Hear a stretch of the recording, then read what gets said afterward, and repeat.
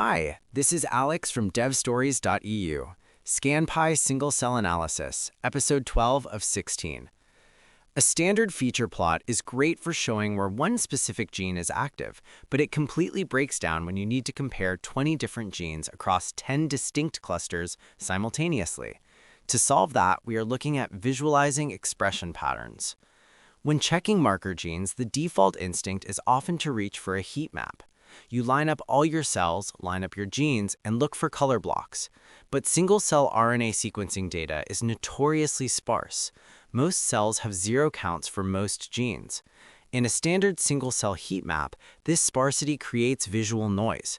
You end up staring at a sea of background color, trying to guess if a gene is actually a specific marker for a cluster, or if it is just randomly dropped out everywhere else. This is where the dot plot comes in. Instead of plotting individual cells, a dot plot aggregates them. You place your cell groups, like your lighting clusters, on one axis and your genes of interest on the other. At every intersection, you get a circle.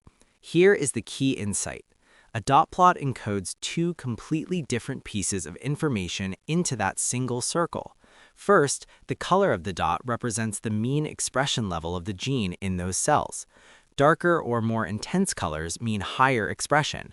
Second, the size of the dot represents the fraction of cells in that cluster that actually express the gene at all. A large dot means almost every cell in the cluster has at least some RNA for that gene. A tiny dot means only a few cells express it. This dual encoding is incredibly powerful for sparse data. It separates how much of a gene is present from how broadly it is distributed. Let us say you're looking at 15 candidate marker genes across 5 Leiden clusters. You pass your data, your gene list, and your cluster labels into the dot plot function. You can instantly see if your expected monocyte markers are both highly expressed and widely expressed in cluster 1, while being totally absent in the other 4 clusters. You don't have to squint at individual cell rows.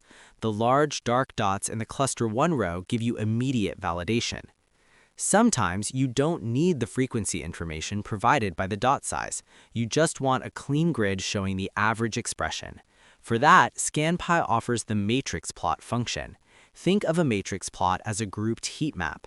It still aggregates your cells by cluster, but it fills the entire grid square with color representing the mean expression value.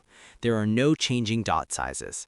It's a faster, denser way to verify broad expression patterns when you have a massive list of genes, and the fraction of expressing cells matters less to you.